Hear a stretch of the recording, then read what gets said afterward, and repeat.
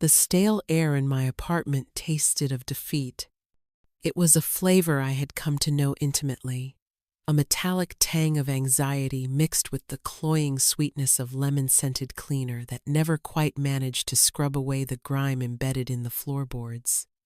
I stood in the cramped hallway, my hand hovering over the eviction notice taped to the door. The red ink of the final warning seemed to pulse under the flickering fluorescent light, a malevolent heartbeat counting down the seconds to my ruin. 3 days.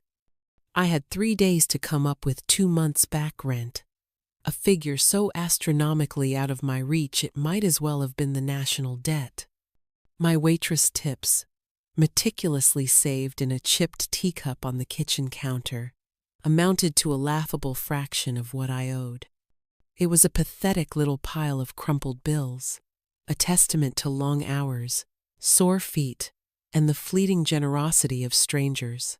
A cough echoed from the bedroom, a dry, rattling sound that scraped at the ration data. Inside of my chest, Anya, my sister.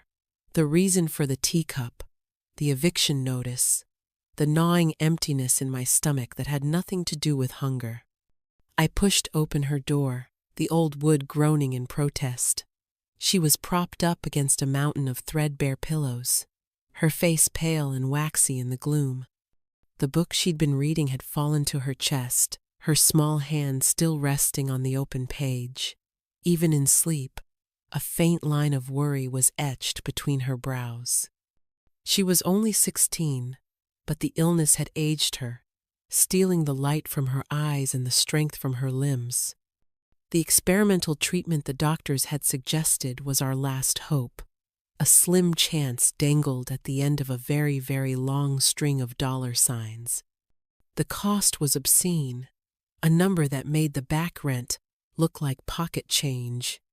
I gently retrieved the book, marking her page before setting it on the cluttered nightstand next to a half-empty glass of water and a rainbow of pill bottles.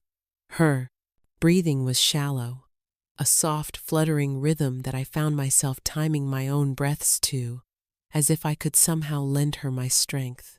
My heart ached with a fierce, helpless love.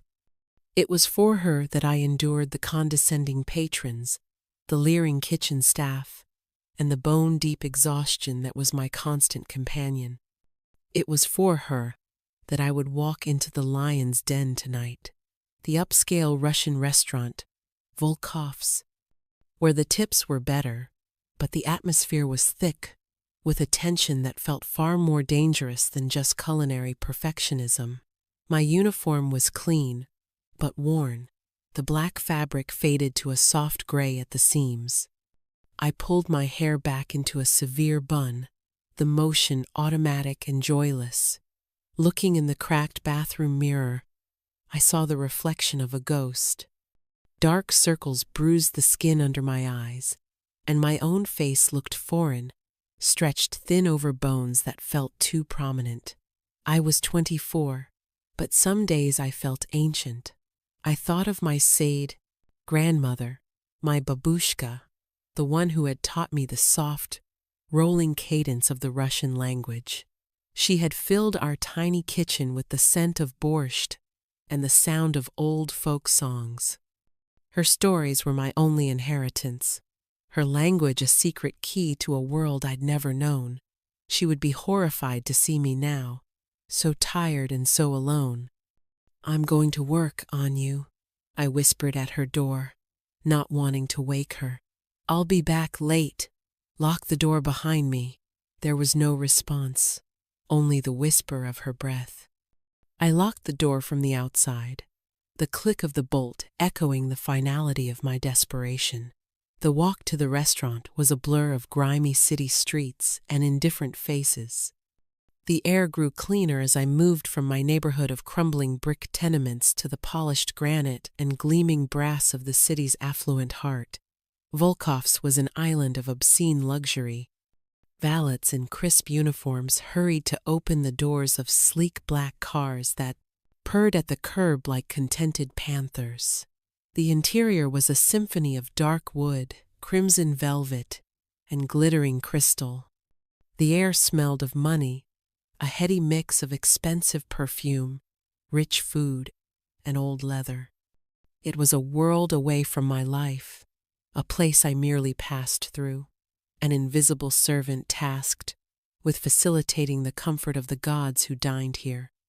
My manager, a perpetually stressed man named Sergei, barely glanced at me as I clocked in.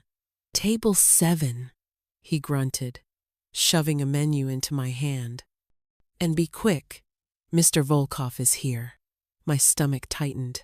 Dmitry Volkov, the owner, the man whose name was whispered with a mixture of fear and reverence by the staff.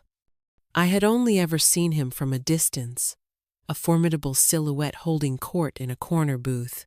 He was a myth, a legend, a man who radiated an aura of power so absolute it was almost a physical force. They said he was connected, that his wealth wasn't entirely legitimate, that he was more than just a restaurateur. They said he was the head of the local bratva, a king in a kingdom of shadows. Serving him was like serving a tiger, every move needing to be precise and unobtrusive. I smoothed my apron, took a deep breath, and made my way to table 7, and there he was, the myth in the flesh. He was larger than I'd imagined, his shoulders broad enough to block out the light from the chandelier above. He sat with his back to the wall, a position of strategic advantage, his gaze sweeping the room with a predator's lazy vigilance. His suit was dark and exquisitely tailored, his hair black as a raven's wing, cut short and severe. He wasn't handsome in the conventional sense. His features were too harsh, his jaw too strong, his mouth a straight, uncompromising line. But he was magnetic. Power was its own form of beauty, and he possessed it in spades. Sitting across from him was his lieutenant, Ivan, a man with a face of carved stone and eyes that missed nothing. My hands trembled slightly as I placed the water glasses on the table. "Good evening, Mr. Volkov, Mr. Orlov." My voice was a timid whisper. Dmitry Volkov's eyes, the color of dark, stormy gray, flickered to me for a fraction of a second. It was a dismissive glance, the kind one gives to a piece of furniture. I was beneath his notice. Insignificant. The thought was somehow both insulting and a profound relief. I took their drink orders, my pen scratching nervously on my notepad, and retreated to the relative safety of the service station. A few tables over, a new party was being seated. 4 men, their suits a little too flashy, their laughter a little too loud for the hushed elegance of the room. They spoke Russian, their voices carrying in the quiet atmosphere. I found myself listening automatically, the words registering in my brain without conscious effort, a skill honed by years of my grandmother's chatter. They were boisterous, ordering the most expensive vodka on the menu, their conversation, a mix of crude jokes and boasting. I dismissed them as typical nouveau riche trying to impress. I spent the next hour in a frantic dance of service, delivering plates of caviar and delicately seared scallops, refilling wine glasses, and clearing away empty dishes. But through it all, I was aware of 2 points in the room: the silent, intense gravity of Dmitry Volkov's table, and the loud, obnoxious energy of the 4 men. As I passed their table to fetch a fresh bottle of water, I caught a snippet of their conversation that made the fine hairs on my arms stand up. "The waiter has been briefed," one of the men, a beefy individual with a thick gold chain around his neck, said in a low growl. "He knows what to do. He'd better not lose his nerve," another replied, swirling his vodka. "Constantine will have his head if this is botched." My steps faltered. Constantine. The name was unfamiliar, but the tone was chilling. I lingered by the service station, pretending to polish cutlery, my ears straining. My grandmother's language, once a source of comfort and nostalgia, was now a conduit for pure terror. "It's simple," the first man continued, his voice dropping even lower. A stumble, a pot of hot coffee. In the confusion, Alexei moves in. The needle is small, the poison fast. It will look like a heart attack. No one will suspect a thing. Ice flooded my veins. A needle, poison, heart attack. My gaze snapped instinctively, uncontrollably, toward table 7, toward Dmitry Volkov. He was the target. It had to be him. He was the most powerful man in the room, the biggest prize. These men were here to assassinate him, right here, in his own restaurant. My heart hammered against my ribs like a trapped bird. I felt dizzy, the opulent room tilting on its axis. What could I do? Go to my manager? Sergei would either think I was crazy, or, worse, he might be in on it. Call the police? What would I say? That I'd overheard a conversation in a foreign language that I probably shouldn't even understand. They would laugh me out of the station. By the time they took me seriously, Dmitry Volkov would be dead. And what about me? If these men found out I'd understood them, that I'd interfered, a cold dread, colder and deeper than the fear of eviction, seized me. These were not men who left loose ends. They would find me. They would find Anya. My anonymity, my insignificance was my only shield. To act was to step out of the shadows and paint a target on my own back. But then my eyes landed on Volkov again. He was listening intently to Ivan, his expression unreadable. He was a stranger, a dangerous man, a criminal for all I knew. He deserved none of my loyalty. Saving him would mean inviting a storm into my already capsized life. It was not my fight. I should turn my back, walk away, and forget everything I heard. It was the smart thing to do, the safe thing to do. Then, the image of Anya's pale face flashed in my mind, the sound of her weak cough, the mountain of bills, the eviction notice. My world was already ending. What was one more risk? But this was different. This was a risk that could get me killed. And yet, I couldn't just stand by and watch a man be murdered. My conscience, a stubborn, inconvenient thing I'd inherited along with my grandmother's language, wouldn't allow it. It screamed at me, a silent, frantic shriek in the back of my mind. My hands were shaking so badly I had to grip the edge of the service station to steady them. I looked from the assassin's table to Dmitry Volkov's. A plan, desperate and flimsy, began to form in my mind. I couldn't speak to him directly. The other men would see. I couldn't cause a scene. It had to be subtle. It had to be deniable. My gaze fell on the stack of fresh linen napkins. My heart pounding a frantic rhythm against my ribs, I snatched one up, along with the pen from my apron pocket.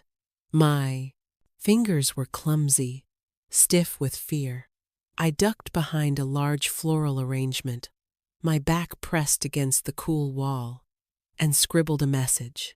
My handwriting was a spidery, panicked scrawl.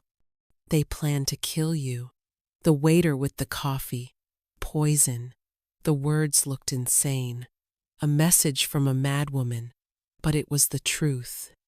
I folded the napkin into a tight little square, the linen growing damp in my sweaty palm. Now for the hard part, delivering it. I grabbed the silver water pitcher, the condensation making it slick in my grip. Walking toward table 7 felt like walking a tightrope over a canyon. Every eye in the room seemed to be on me. The loud men were watching, their gazes sharp and assessing. I could feel them tracking my every move. I kept my own eyes down, focusing on the intricate pattern of the Persian rug, trying to appear as I always did, meek, efficient, and invisible. "More water, Mr. Volkov?" I asked, my voice barely a squeak. He didn't answer, merely gave a curt, almost imperceptible nod. My hand trembled as I reached for his glass. As my arm passed in front of him, I let the folded napkin drop from my palm. It landed silently on the dark wool of his trousers, a small square of white against the black. For a heart-stopping second, I thought he hadn't noticed. I pulled my hand back, my entire body screaming at me to run, but I forced myself to move slowly, to pick up Ivan's glass and refill it with the same measured calm. Out of the corner of my eye, I saw Dmitry Volkov's hand move. He didn't look down. He simply swept the napkin from his lap, his movements fluid and economical, and brought it up as if to dab at his mouth. He unfolded it below the level of the table, his stormy eyes never leaving Ivan's face, his expression unchanging. But I saw it, a subtle shift, a tightening around his eyes, a stillness that was more alarming than any sudden movement would have been. He had read it. He knew. He held my gaze for a single, searing moment. There was no gratitude in his eyes, no relief. There was only a cold, terrifying assessment. It was a look that stripped me bare, that saw the fear and desperation roiling inside me. In that instant, I knew I had crossed a line from which there was no return.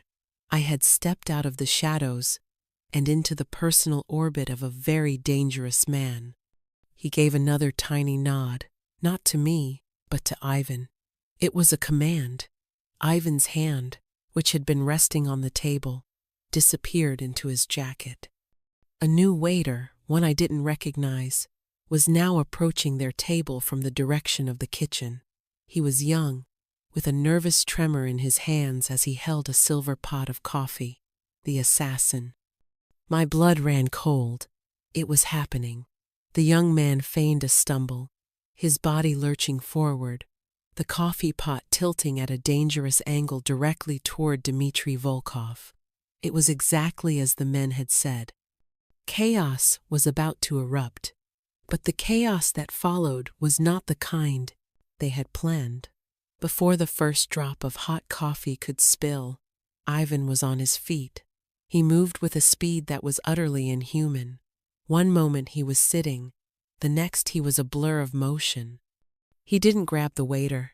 He slammed into him, a brutal, full-body check that sent the younger man flying backward. The coffee pot sailed through the air, crashing against a far wall with a deafening clang, spraying dark liquid across a priceless tapestry. The waiter hit the ground with a sickening thud. The wind knocked out of him. Simultaneously, another man, a patron I hadn't even noticed from a nearby table, stood up and intercepted the waiter's fall. He wasn't helping him. He pinned the man's arms to the floor, his knee pressing hard into his back. A swift professional pat-down produced a small, pen-like object. The needle. Screams erupted from the surrounding tables. Patrons scrambled to their feet, chairs scraping and clattering against the marble floor. The carefully constructed elegance of Volkov's shattered into a million pieces. The four men who had planned the hit were frozen in their seats, their faces a mask of pure shock and disbelief. Their plan had not just failed, it had spectacularly imploded. In the midst of the pandemonium, Dmitry Volkov rose to his feet. He was an oasis of calm, in a sea of panic. His eyes found me where I stood, paralyzed with terror by the service station. He didn't shout. He didn't have to. His voice cut through the noise like a shard of glass. You, with me, now. It wasn't a request. It was an imperial command, an ultimatum that allowed for no argument. My feet felt nailed to the floor. Run. My brain screamed the word, but my body wouldn't obey. Running was useless. Where would I go that a man like him couldn't find me? He strode toward me, his movements purposeful and unstoppable. He didn't slow down as he reached me. He simply grabbed my upper arm, his grip a manacle of warm, unyielding strength. It didn't hurt, but the pressure was absolute, a clear message of ownership. He was taking me.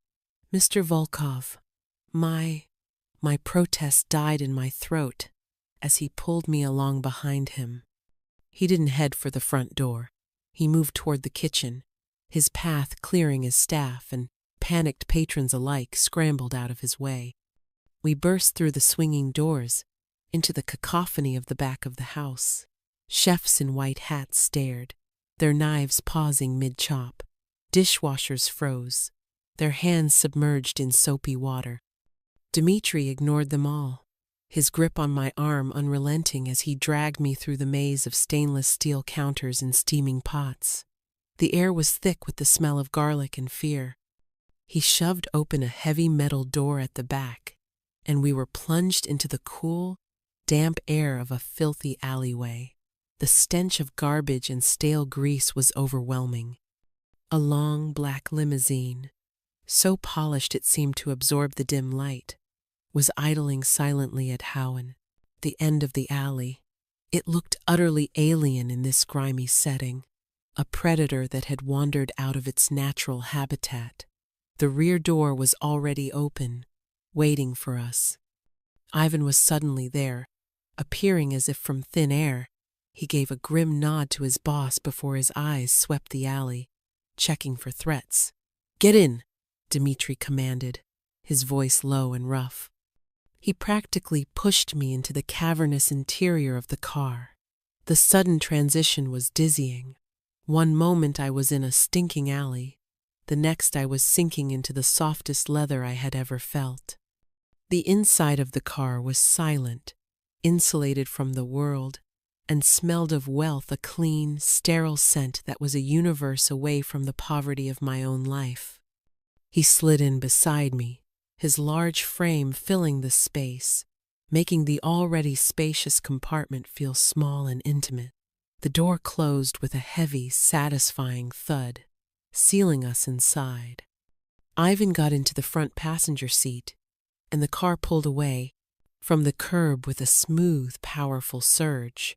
I watched through the tinted window as the alley, the restaurant, and the life I had known just minutes before receded into the darkness. I was trembling, a deep, uncontrollable shudder that shook my entire body. I wrapped my arms around myself, trying to hold myself together. I was in a car with the head of the Russian mafia, being driven to an unknown location, a prisoner of the man whose life I had just saved. Where are you taking me?" I finally managed to ask, my voice thin and reedy. Dmitri Volkov turned his head to look at me. In the dim glow of the dashboard lights, his face was all sharp angles and deep shadows. His gray eyes were like chips of flint. "Somewhere safe," he said. His tone was flat, devoid of any emotion. "You are a witness, a loose end. They will come for you." "They? The men in the restaurant?" "Konstantin Bratva," he confirmed, his voice a low rumble. "They do not appreciate failure, and they certainly do not appreciate interference." The reality of my situation crashed down on me with the force of a physical blow.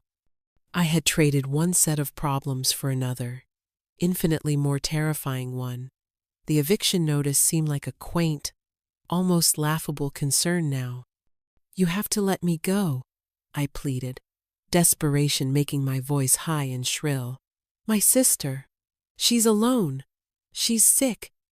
I have to get back to her." "Your sister's name is Anya," he stated, not asked. "She is 16. She suffers from a rare autoimmune disorder. The experimental treatment she requires costs $250,000 for the first round." I stared at him, my mouth agape. The blood drained from my face, leaving my skin feeling cold and clammy. How could he know that? How could he possibly know the most intimate, painful details of my life? The question must have shown on my face. "When a stranger saves my life," he said, his voice dangerously soft, "I make it my business to know everything about them.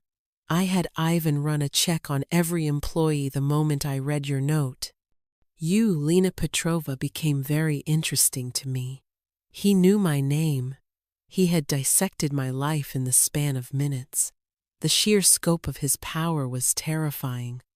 He was not just a man. He was an entity, an organization with eyes and ears everywhere. I felt like an insect under a microscope.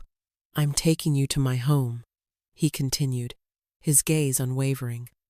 "You will stay there until I have dealt with Konstantin. It is the only way to guarantee your safety." "You can't just kidnap me," I cried, my voice cracking. "This is insane." "I am not kidnapping you, Lena," he said, and the sound of my name on his lips sent a strange shiver down my spine. It sounded possessive, proprietary. "I am protecting my asset. You saved my life. Your life is now my responsibility." The car sped through the city, leaving the familiar streets behind and heading toward the hills that overlooked the glittering sprawl below. We passed through a set of massive iron gates, manned by armed guards who snapped to attention as we approached. A long, winding driveway curved through a forest of manicured trees before opening up to reveal a house. No, not a house. It was a fortress. A modern marvel of glass, dark stone, and gleaming steel, it clung to the side of the hill like a billionaire's Bond villain lair. It was stark, imposing, and breathtakingly beautiful, a monument to wealth and power so immense it seemed to defy gravity. The car glided to a stop under a covered portico, and the driver was already out, opening Dmitri's door. Dmitri got out and then turned, waiting for me. I remained frozen in my seat, a rabbit caught in the headlights. This was his world, a world of violence, luxury, and absolute control. And he had just dragged me, kicking and screaming, right into the center of it. He reached a hand in, not to help me, but to command. "Come." There was no choice. I took his hand, his skin warm and calloused against my own, and allowed him to pull me from the car. The air up here was different, crisp and clean, scented with pine and night-blooming jasmine. It was the smell of a world I had only ever dreamed of, but I couldn't appreciate it. My fear was a suffocating blanket. As he led me toward the massive front doors, which swung open silently as we approached, I had the distinct and terrifying feeling that I was entering a gilded cage from which I might never escape. The interior of the mansion was even more overwhelming than the exterior. The front hall was a cavernous space, with a ceiling that soared 2 stories high, a wall of glass offering a panoramic, glittering view of the city below. The floor was polished black marble, reflecting the light from a modern, sculptural chandelier that looked like a captured constellation. The scale of it was meant to intimidate, to awe, and it succeeded. My shabby little apartment could fit into this one room 10 times over. The silence was the most unsettling part. It was a heavy, weighted silence, the kind that absorbs all sound. After the constant noise of the city and the restaurant, it felt like being plunged underwater. A woman in a severe black dress, her hair pulled back in a tight chignon, appeared as if from nowhere. She bowed her head slightly. "Mr. Volkov." "Elena, this is Lena," Dmitri said, his hand still resting on the small of my back, a gesture of possession that made my skin prickle. "She will be staying with us. Show her to the East guest suite. See that she has everything she needs. Clothes, toiletries, everything." "Of course, sir," the woman, Elena, replied, her expression impassive. She turned her gaze to me, and for the first time, I felt a flicker of something other than fear in her eyes. Pity, perhaps? Or maybe just curiosity. This way, miss. I wanted to refuse, to plant my feet and demand he take me home. But what was the point? I was hopelessly out of my depth, a pawn in a game whose rules I didn't understand. Arguing with Dmitry Volkov felt as futile as arguing with a hurricane, so I followed the housekeeper down a long, wide hallway that felt more like a modern art gallery than a home. The walls were adorned with large, abstract paintings, and the air was scented with something subtle and expensive, like white tea and cedar. The East Guest Suite wasn't a room, it was an apartment. A large living area with a plush white sofa, a fireplace, and its own wall of glass overlooking the city. A bedroom with a king-sized bed piled high with pillows, and a duvet so thick it looked like a snowdrift. And a bathroom clad in floor-to-ceiling marble, with a walk-in shower the size of my entire kitchen, and a tub that looked like a sculpture. It was the most beautiful place I had ever been in, and I had never felt more like a prisoner. The closets are stocked with some essentials, Elena said, her voice soft and professional. We estimated your size. If anything does not fit, or if you require anything else, you need only ask. She gestured to a small panel on the wall. This is an intercom. It connects directly to the staff quarters. I walked over to one of the closets and opened it. My breath caught in my throat. It was filled with clothes, all new, with the tags still on. Cashmere sweaters, silk blouses, tailored trousers, and simple, elegant dresses. On the floor were several pairs of shoes, from soft leather flats to stylish boots. It was more clothing than I had ever owned in my entire life, and each piece probably cost more than my month's rent. The sheer casual extravagance of it made me feel sick. Thank you, I mumbled, feeling dazed. Elena gave another small, polite nod, and then retreated, closing the door silently behind her, leaving me alone in the opulent silence. I walked over to the immense window and pressed my forehead against the cool glass. The city was a carpet of diamonds spread out below me, a beautiful, abstract pattern of light and darkness. My apartment was down there somewhere, a tiny, insignificant speck in that vast expanse. Anya was down there, alone and sick, probably wondering where I was. Tears I hadn't even realized I was holding back began to stream down my face. I sank onto the edge of the ridiculously large bed, my body shaking with a fresh wave of terror and despair. I was trapped in a beautiful, luxurious prison, my fate resting entirely in the hands of a man who was a complete stranger, a man who moved in a world of violence and death. An hour passed, or maybe it was 2. Time seemed to have lost its meaning in this place. There was a soft knock on the door. I wiped my eyes, my heart giving a nervous leap. Yes? The door opened, and Dmitry Volkov stepped inside. He had changed out of his suit and was now wearing simple, black trousers and a dark gray cashmere sweater that was the same color as his eyes. The casual clothes did nothing to diminish his intimidating presence. If anything, they made him seem more real, more dangerous. He was holding a tray with a covered dish, a glass of water, and a single red rose in a slender vase. You haven't eaten, he said. It wasn't a question. He set the tray down on a low coffee table. Elena said you haven't requested anything. I'm not hungry, I said, my voice hoarse. Eat, he commanded, his tone leaving no room for argument. He lifted the silver cover to reveal a simple meal of grilled chicken, steamed asparagus, and wild rice.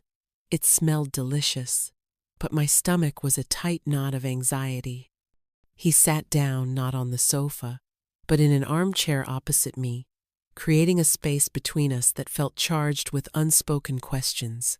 He watched me, his gaze steady and unnervingly perceptive. "We need to talk," he said after a moment of tense silence. "You need to let me go," I countered, my voice gaining a small sliver of strength. "My sister needs me. I can't just disappear. And I have told you that is not possible," he replied calmly. "Not yet. Constantine's people are not subtle. They will have learned the identity of every employee who was on shift tonight. They will be looking for a woman who speaks Russian. They will go to your apartment. They will go to the hospital. They will go to anyone you have ever known. Do you understand what they will do to you when they find you? What they will do to your sister to get to you?" The blood drained from my face. He wasn't trying to scare me. He was stating facts. I had seen the kind of men they were. I knew what they were capable of. He was right. My old life, my shabby apartment, my anonymity, it was all gone. The moment I dropped that napkin, I had set fire to it myself. "What do you want from me?" I whispered, the fight draining out of me, replaced by a cold, hollow resignation. He leaned forward, his elbows on his knees, his stormy eyes locking onto mine. "I want to make you an offer," he said, his voice a low, serious rumble. "You saved my life tonight, Lena. That is a debt that I do not take lightly. In my world, such debts are paid in full." He paused, letting the weight of his words sink in. "I know about your sister. I know about your rent. I know about the desperation that has been eating you alive for months. I am offering you a solution. A complete solution." My heart began to pound again, this time with a strange, treacherous flicker of hope. "What solution?" "I will take care of everything," he said simply. "The eviction notice will be resolved. Your debt will be cleared. More importantly, I will arrange for your sister's treatment, not just the first round, all of it. I will have her transferred to the best private clinic in the country, with the world's leading specialists overseeing her case. She will have everything she needs to get well. You will never have to worry about a medical bill or rent or money for food ever again." I stared at him speechless. It was an impossible offer, a fairy tale promise from a man who was anything but a prince. It was everything I had ever prayed for, a miracle delivered by the devil himself. There had to be a catch, a terrible, soul-crushing catch. "And what? What do you want in return?" I asked, my voice trembling. His expression remained unreadable, but a new intensity burned in his eyes. "I want you to stay here, with me, under my protection. You will not contact anyone from your old life. You will not leave this property without my permission and without my protection. You will live here as my guest until I have completely and permanently eliminated the threat that Constantine and his people pose to both of us." It was the gilded cage, polished and presented as a gift. He was offering to save my sister's life in exchange for my freedom. My mind reeled. It was a monstrous bargain. But was it? My life was already a prison of poverty and fear. He was offering a different kind of prison, one with silk sheets and gourmet food, but a prison nonetheless. But this prison came with a cure for Anya. "Why?" I whispered. "Why would you do all this for me? I'm a stranger." For the first time, a flicker of something that wasn't cold control crossed his face. It was something deeper, something old. "You are not a stranger," he said softly. "You are the person who saw a knife in the dark and stepped in front of it for me. That makes you family. And I protect my family." He looked away for a moment, his gaze distant, fixed on some point in the past only he could see. I know what it's like to watch someone you love suffer because you don't have enough money. My mother, she was sick for a long time. We were poor, not like you, not city poor. We were country poor, dirt poor. We lived in a village outside of St. Petersburg, where the winter was the only thing that was reliable. I was a boy, helpless. I watched her fade away, day by day. The doctors, they wanted money we didn't have. They sent her home with cheap medicine that did nothing. His voice was flat, a monotone recital of a tragedy he had replayed in his mind 1,000 times. The mask of the unfeeling mafia boss had slipped, and for a brief moment, I saw the boy he had been, the one who had stood by helplessly while his mother died. I swore to myself then, he continued, his eyes finding mine again, the gray depths now swirling with a raw, painful emotion, that I would never be helpless again, that I would accumulate so much power and so much money that I could bend the world to my will if I had to, so that I could protect the people I care about. When I read your note, when I saw the truth of your situation, I saw a chance to do for you what no one could do for me. His confession hung in the air between us, a stunning, intimate revelation. It didn't excuse who he was or what he did, but it explained him. It humanized the monster. It made his possessive, controlling protection seem less like a power play and more like the fulfillment of a desperate, lifelong vow. He saw his mother in Anya's plight, and he saw his own helpless past in my desperation. I looked from his earnest, pain-filled eyes to the untouched meal on the table. My choice was simple and impossible. I could refuse his offer, demand to be let go, and walk back out into a world where assassins were hunting me and my sister was dying, or I could accept. I could trade my freedom for Anya's life. I could step into this gilded cage and hand the keys to this dangerous, broken man. If I agree, I said, my voice barely audible, will you let me see her? My sister? He nodded without hesitation. Of course. Once she is transferred and settled in the new clinic, I will take you to her myself. You have my word. His word, the word of a crime boss. And yet, looking at him now, hearing the story of his mother, I believed him. I believed he would keep this promise because it was more than just a promise to me.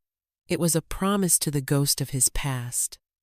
I took a deep, shuddering breath, the air filling my lungs with the scent of his world, of power and pine, and impossible choices. Okay, I whispered. I accept. A subtle change occurred in his expression. The tension around his eyes eased, and the hard line of his mouth softened almost imperceptibly. It was not a smile, but it was the closest thing to relief I had seen on his face. He stood up. Good, he said. Eat. Get some rest. My men have already begun making the arrangements for your sister. Everything will be taken care of. He walked to the door, then paused, his hand on the handle. Lena, he said, his voice low, you made the right choice. He closed the door, and I was alone again. But something had shifted. The room no longer felt like a prison, but a sanctuary. The fear was still there, a low hum beneath the surface, but it was now mingled with a powerful, overwhelming wave of relief. Anya was going to be okay. Anya was going to have a chance. I had sold my soul to the devil, perhaps, but I had bought my sister a future. I picked up the fork and, for the first time in what felt like a lifetime, I ate. The next few days passed in a surreal haze. I existed in a bubble of luxury, completely detached from the outside world. Elena, the housekeeper, saw to my every need with quiet efficiency. The clothes in the closet were supplemented with more. delivered in elegant boxes from designers I'd only ever seen in magazines. I ate gourmet meals served on fine china, sometimes alone in my suite, sometimes in a vast silent dining room with Dmitri. Our dinners were strange, tense affairs.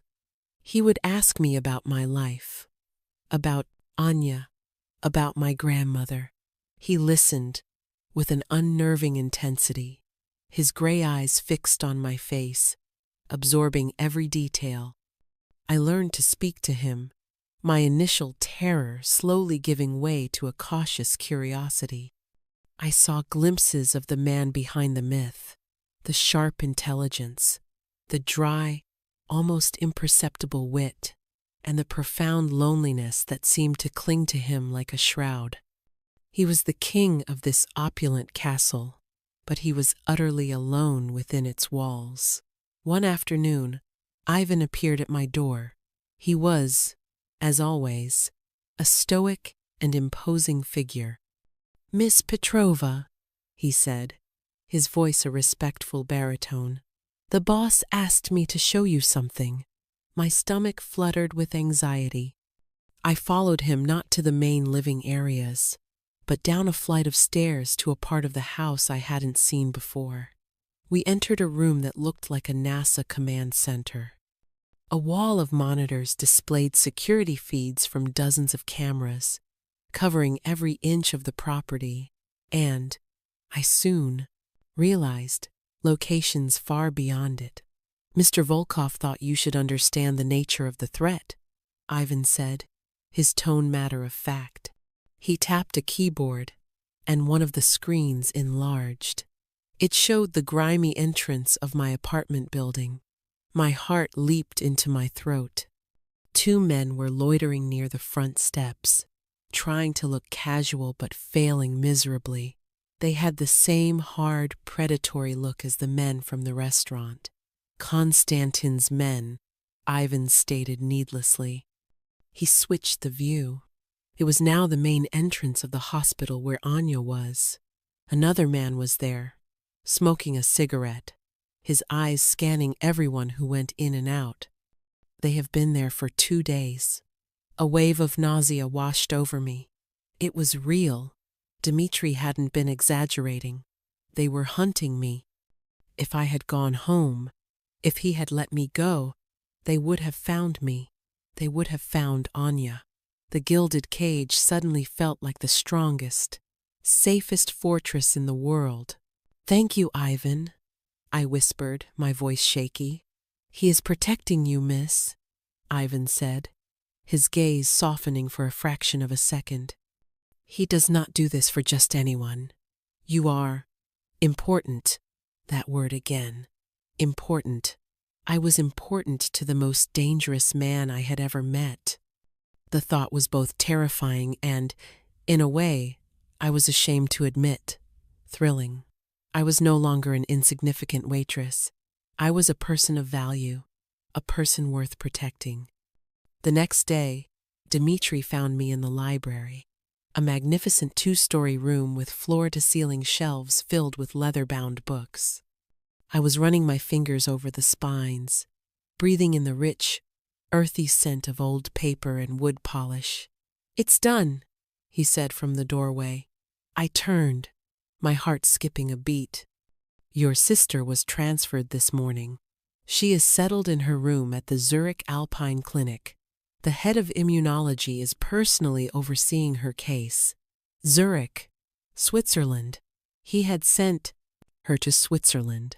The scale of his power, his ability to just make things happen, was staggering.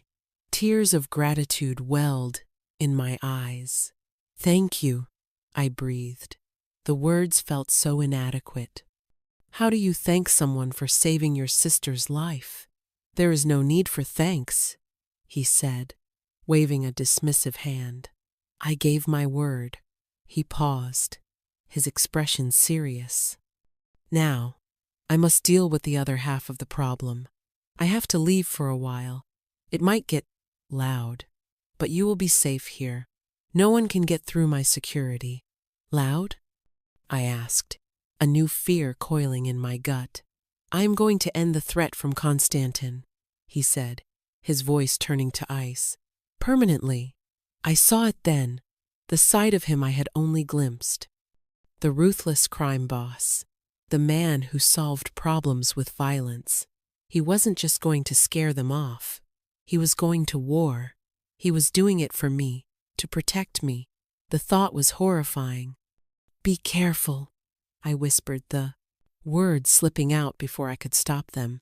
His gaze locked on mine, a flicker of surprise in their gray depths. He stepped closer, close enough that I could feel the heat radiating from his body. He reached out and tucked a stray strand of hair behind my ear, his fingers brushing against my skin. The touch was electric, sending a jolt through my entire system. "I have a reason to be careful now," he said, his voice a low, intimate murmur, and then he was gone. The house fell into an even deeper silence, a silence filled with anxious anticipation. I spent the next 24 hours pacing the confines of my suite, my mind conjuring all sorts of horrific scenarios. I watched the news, searching for any report of gang-related violence, but there was nothing. His world operated in the shadows, beyond the reach of the media. He returned late the following night. I heard the sound of his car on the gravel driveway and rushed to the window. He got out, moving a little stiffly. In the stark light of the portico, I could see a dark bruise high on his cheekbone and a small cut on his lip. Ivan was with him, his face grim, but they were alive. They were back. I met him in the main hall. He looked exhausted, the lines around his eyes deeper than before, but he was victorious. I could see it in the way he held himself. The predator, returning to his lair after a successful hunt. "Is it?" I couldn't finish the sentence. "It's over," he said, his voice rough with fatigue. "Konstantin and his organization are no longer a problem. For anyone, you are safe." The relief was so absolute it made my knees weak. I stumbled slightly, and he reached out, his hand steadying me by my shoulders. The contact was solid, grounding. I looked up at his bruised face, at the cut on his lip, and I felt a surge of emotion so complex I couldn't begin to name it. Gratitude, fear, relief, and something else, something warm and dangerously close to affection. He had gone to war for me. He had put himself in danger for me. He had spilled blood for me, and in doing so, he had bound me to him with chains far stronger than the physical confinement of his home. They were chains of debt, of gratitude, and of a strange, burgeoning connection that defied all logic. The threats were gone, but I was more his prisoner now than ever before. With the external threat neutralized, the atmosphere in the mansion underwent a profound transformation. The oppressive, watchful silence was replaced by a sense of calm. The armed guards at the gate seemed less like sentinels and more like groundskeepers. The house itself, once a fortress, began to feel like a home, but the change in me was the most significant. The fear that had been my constant companion for weeks began to recede, leaving a hollow space that was quickly filled with other, more complicated emotions. A few nights after his return, I couldn't sleep. The vast, empty bed felt lonely, and my mind was a whirlwind of thoughts. I slipped out of my suite and wandered onto one of the many terraces that overlooked the city. The night was cool, and a gentle breeze whispered through the pines. I wrapped my arms around myself, gazing at the distant glittering lights, feeling like the last person on earth. "You should not be out here, it is cold." His voice, a low rumble from the shadows, made me jump. Dmitri stepped out from an unlit corner of the terrace, a glass of amber liquid in his hand. He was just a silhouette against the city lights, broad and formidable. "I couldn't sleep," I confessed, my voice soft. He moved to stand beside me at the railing, not too close, but near enough that I was intensely aware of his presence. We stood in silence for a long time, watching the distant, silent ballet of headlights on a far-off freeway. "That night," he said suddenly, his voice quiet and reflective, "at the restaurant, I almost did not read your note." I turned to look. At him, my curiosity piqued. "Why not?" "I assumed it was a complaint, or a phone number," he said, a hint of self-deprecation in his tone. "It happens." I was annoyed. I was going to throw it away. He took a slow sip of his drink, his eyes fixed on the horizon. "But something about the way you looked, the terror in your eyes, it made me pause. You looked like a ghost, so I read it." He turned his head, his gaze finding mine in the darkness. "They were less than a minute from succeeding. The poison they use, it is undetectable. It mimics a massive coronary. I would have been dead before I hit the floor. You saved my life, Lena." Truly, the raw sincerity in his voice was disarming. This wasn't the crime boss speaking. It was the man. A man who had been forced to confront his own mortality. I couldn't let them do it," I whispered. "Most people would have," he countered. "Most people would have looked away. It was not your fight. You risked everything for a man you did not know." "Maybe," I said, thinking of Anya, of the eviction notice. "But I didn't have much left to lose." "You had your life," he said, his voice intense, "and you risked it for mine." He set his glass down on the railing and closed the small distance between us. He raised a hand, his fingers gently tracing the line of my jaw. His touch was hesitant, almost tentative, a stark contrast to his usual commanding demeanor. It was the touch of a man unaccustomed to softness. "I have spent my entire life building walls, Lena, building an empire to keep myself safe, to keep what is mine safe. I never expected someone to step inside those walls and protect me." My heart was hammering against my ribs. The air between us was thick with a palpable, electric tension. His face was close now, his features softened by the dim light. I could see the exhaustion in his eyes, but underneath it, there was a vulnerability I had never seen before. He was the most powerful man I had ever met, and in this moment, he seemed utterly exposed. "Dmitri," I breathed, the name feeling strange and intimate on my tongue. That was all it took. The last of his control seemed to snap. His hand slid from my jaw to the back of my neck, his fingers tangling in my hair as he tilted my head back, and then his mouth was on mine. It wasn't a gentle kiss. It was a kiss of desperation, of gratitude, of possession. It was the culmination of weeks of tension, fear, and unspoken attraction. It was hungry and demanding, a raw expression of everything he couldn't put into words. His other arm wrapped around my waist, pulling me flush against his hard body, leaving no space between us. I felt consumed by him, by the taste of whiskey on his lips and the sheer, overwhelming force of his presence. A part of my brain screamed that this was wrong, that he was a killer, a criminal, that I should be terrified, but I wasn't. My fear had been burned away, replaced by this searing, undeniable connection. My own arms, as if with a will of their own, snaked around his neck, my fingers gripping his shoulders. I kissed him back with a ferocity that surprised me, a silent answer to all the questions that had hung between us. When he finally broke the kiss, we were both breathless.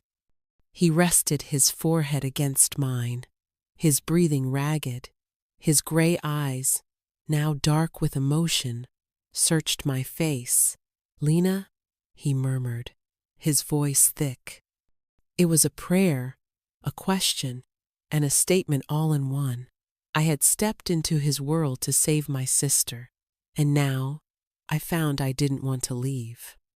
This man, with his darkness and his violence, had become my protector, my provider, my sanctuary.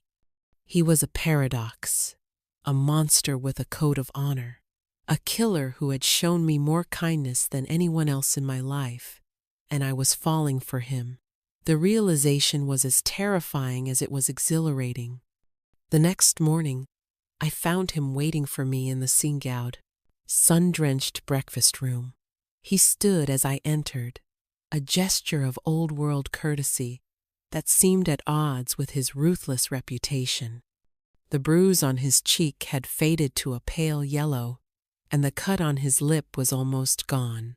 "Good morning," he said, his voice softer than I was used to. "Good morning," I replied, my cheeks flushing as I remembered the intensity of our kiss on the terrace. He pulled out a chair for me, and Saturday, a breakfast of fresh fruit, pastries, and coffee, was already laid out on the table. For a few moments, we ate in a comfortable silence, the tension of the previous weeks replaced by a new, tentative intimacy. Finally, he set down his coffee cup and looked at me, his expression serious.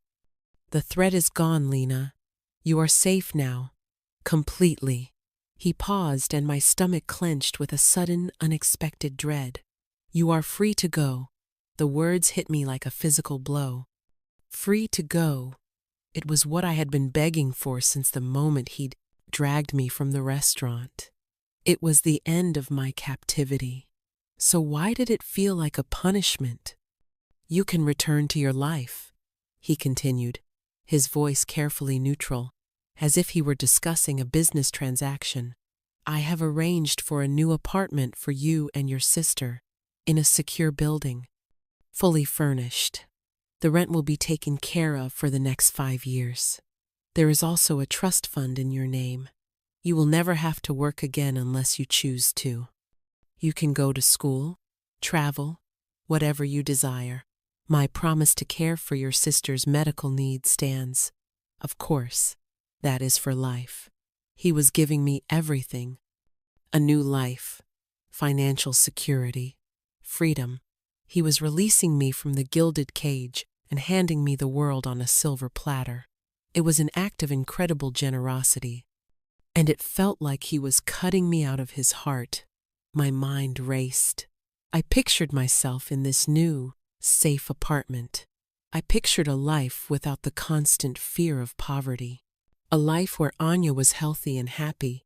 It was perfect, and it was empty. It was a life without him, without his intense gray eyes, without his protective presence, without the thrilling, dangerous energy that crackled around him. I would be safe, but I would be alone. The thought was unbearable. I looked at him, really looked at him, at the powerful man who had confessed his childhood pain to me, the man who had gone to war for me, the man who had kissed me with such desperate passion.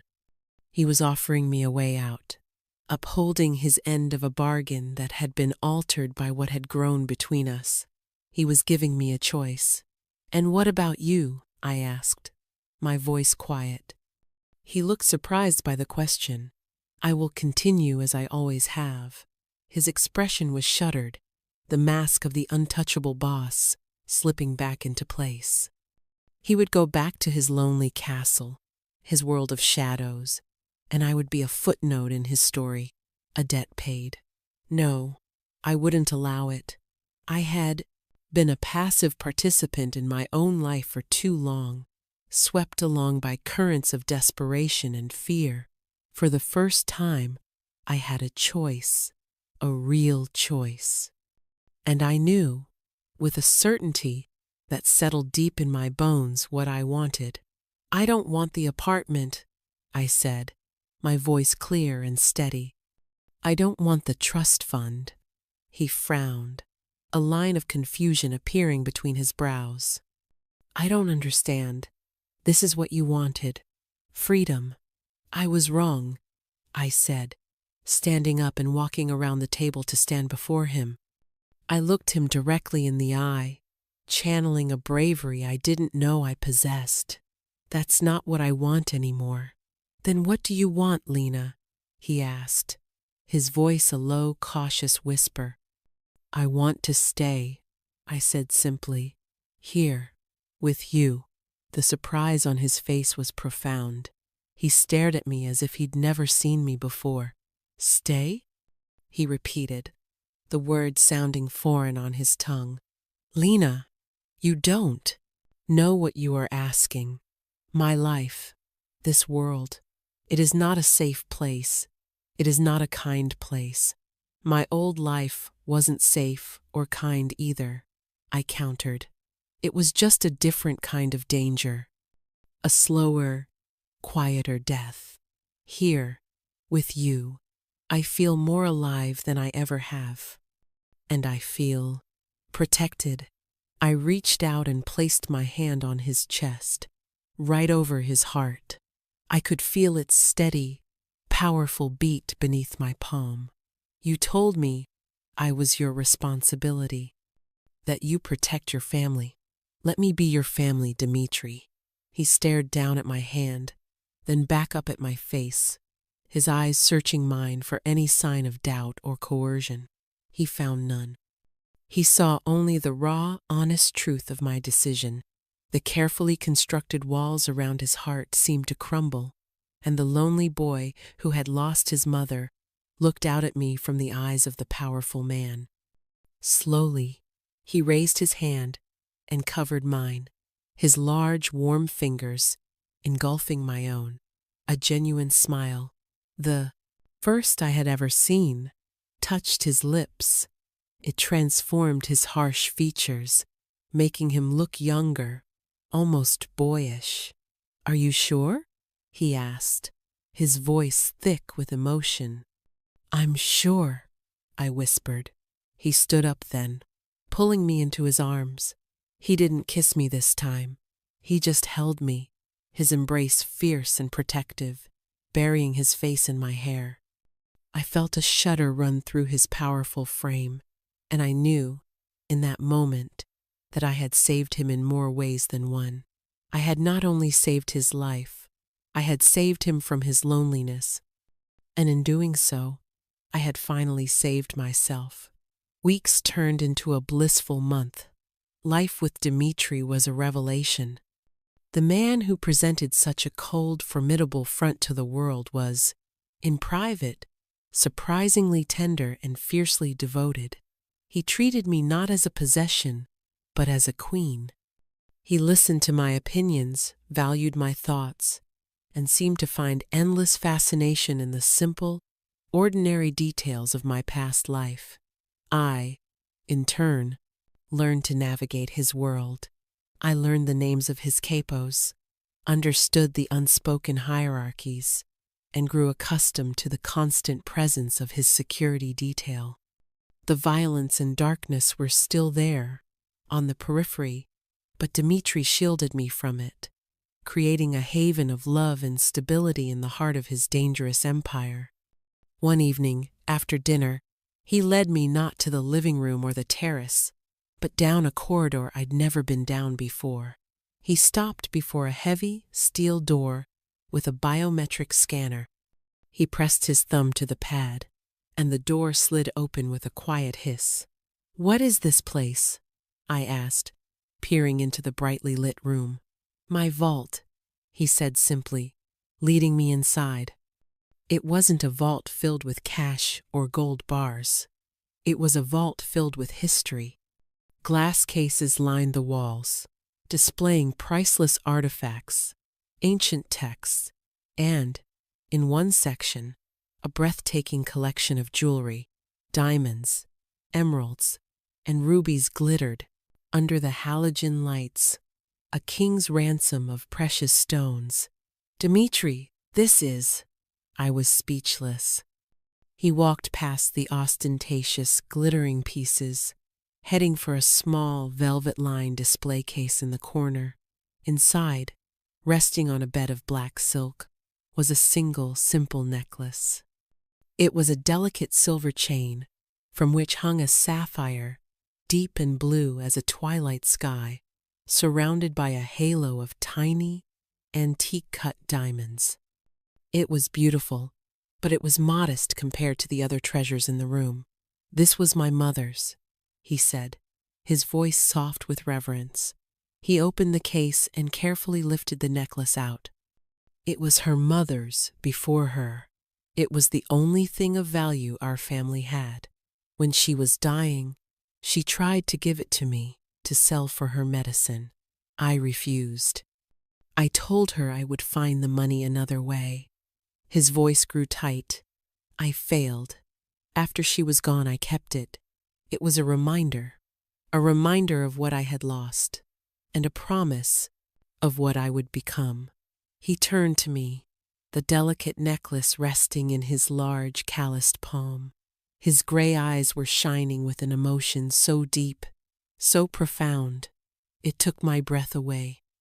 "I have never shown this to another soul," he whispered. "It is the most precious thing I own, not because of its value, but because of what it represents. It represents family, legacy, a promise to protect." He stepped behind me, his hands gentle as he fastened the cool silver chain around my neck. The sapphire came to rest in the hollow of my throat, its weight a small, comforting presence against my skin. I raised a hand to touch it, my fingers trembling. "I want you to have it," he murmured, his lips brushing against my ear. "Because you are my family now, Lena. You are my future. My promise."